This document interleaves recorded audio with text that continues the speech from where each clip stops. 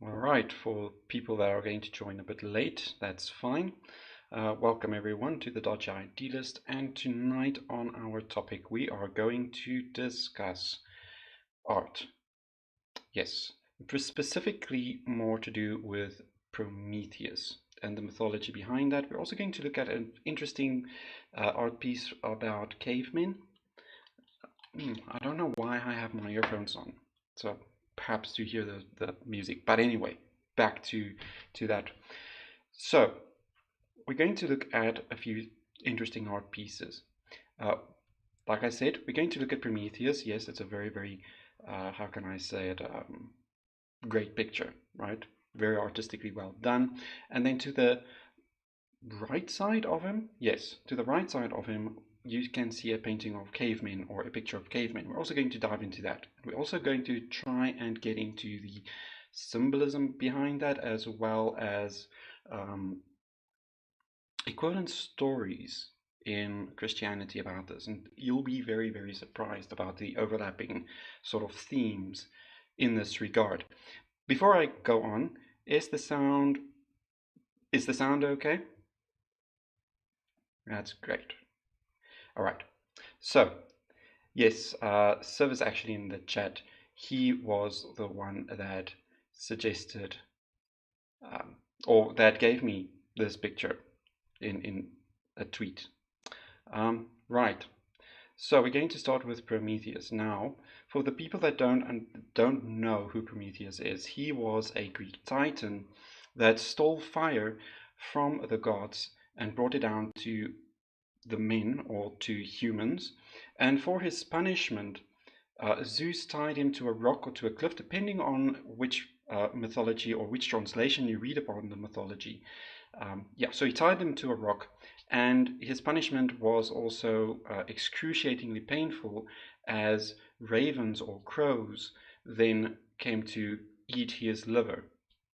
The liver was supposed to resemble the organ that cleansed the body or to purify the body, so it had a very, very distinct meaning in Greek mythology as well. So very interesting there. What's also interesting is he was tied up on that rock until Hercules, the son of Zeus, came to save or came to liberate Prometheus. So we're going to look at a few color schemes as well, because color really does give us this whole impression about the art.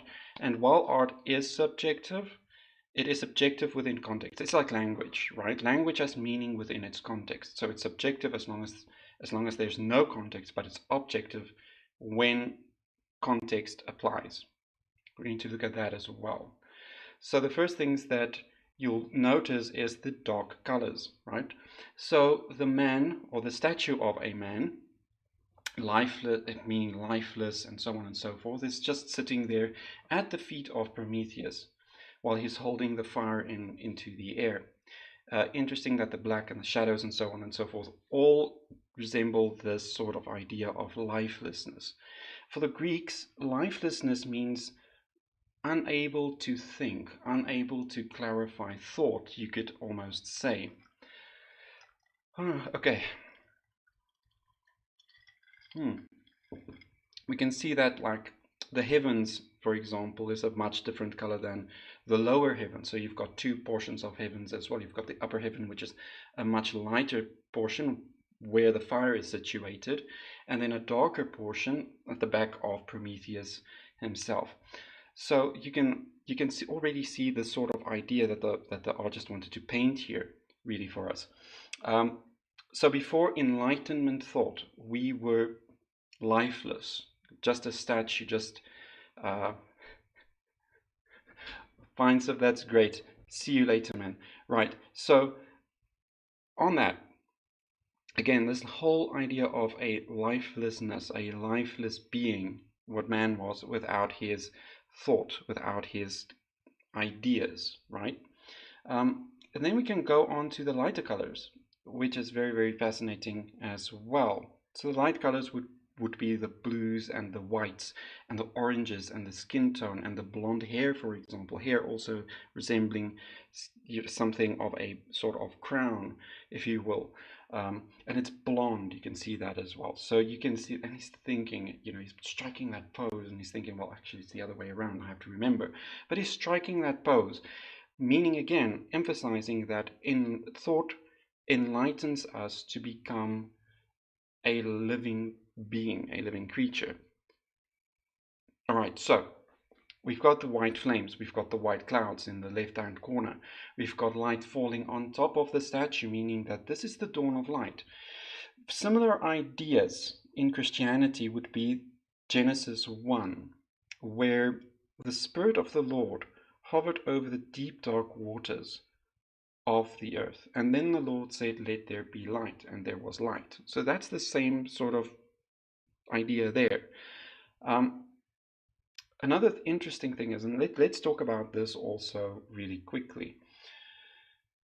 So Prometheus brings down the flame of enlightenment from the gods. That's what it means, right? So I bring down the light of enlightenment and I give it to those undeserving. In Genesis 2, we see this as well.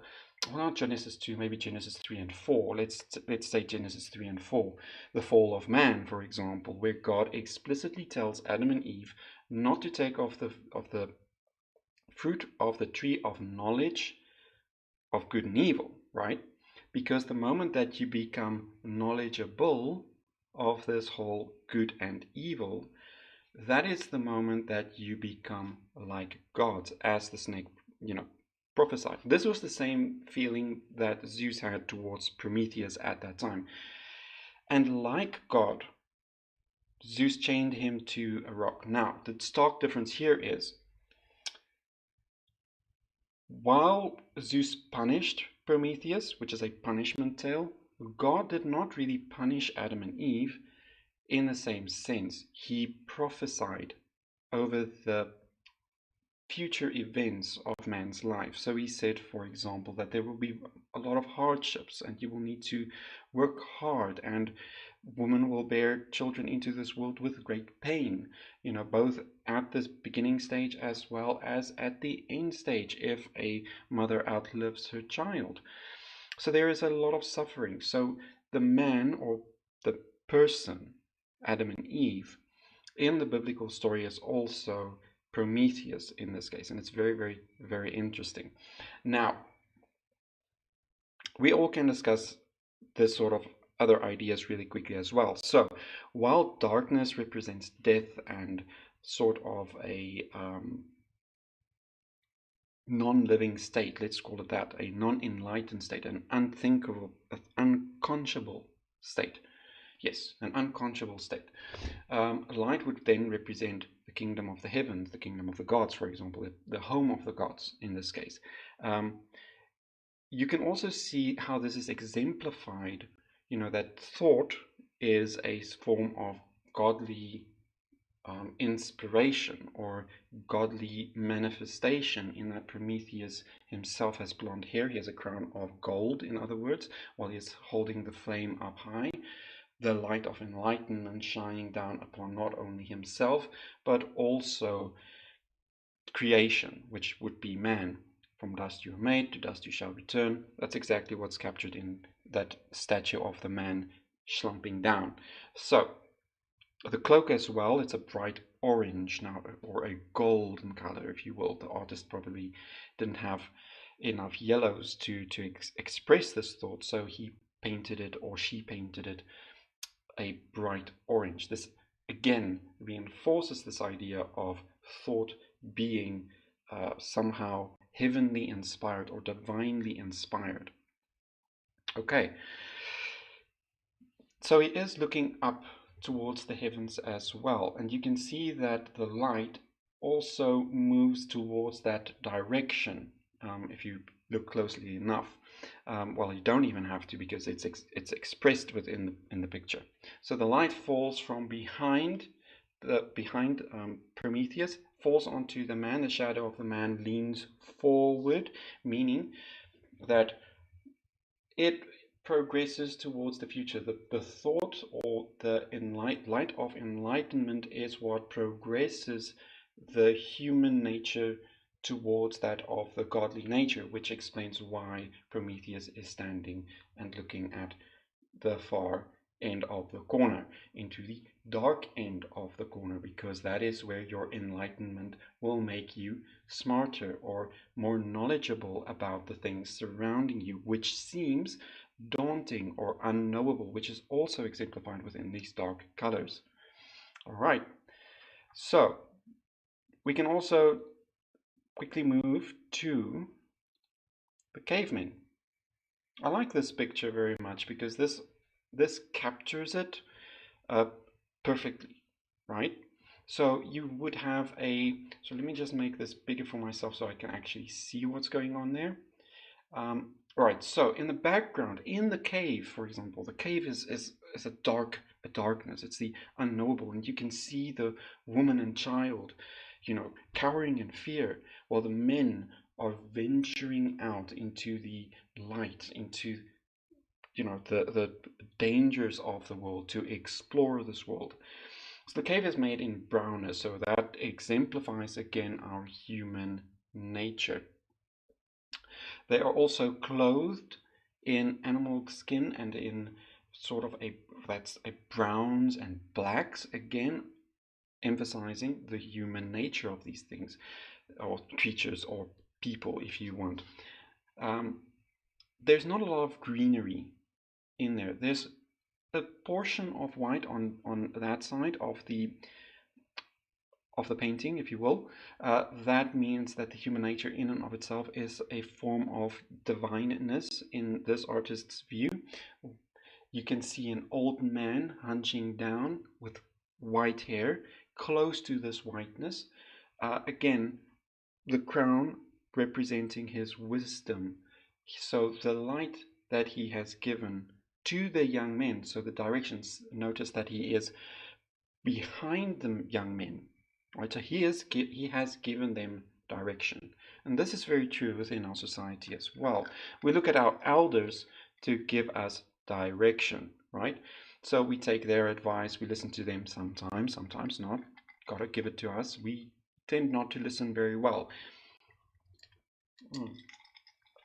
So you can see like the aggressive stance, for example, in the man right in front of him with a spear, and he's like, I'm going to be ready for whatever is coming at me. But notice as well at the background. The background is painted in blues, whites, and yellows. And in the far background, you can see a smidge of blue distance. Like when you look at a mountain from far away, it's grayed out in a blue sort of facade, right?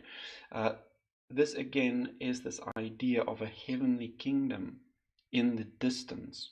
And as we progress into the light, again, this is why they look towards it, right? So they look towards the light, towards that better future, towards that heavenly kingdom, meaning that we progress towards that with our enlightenment.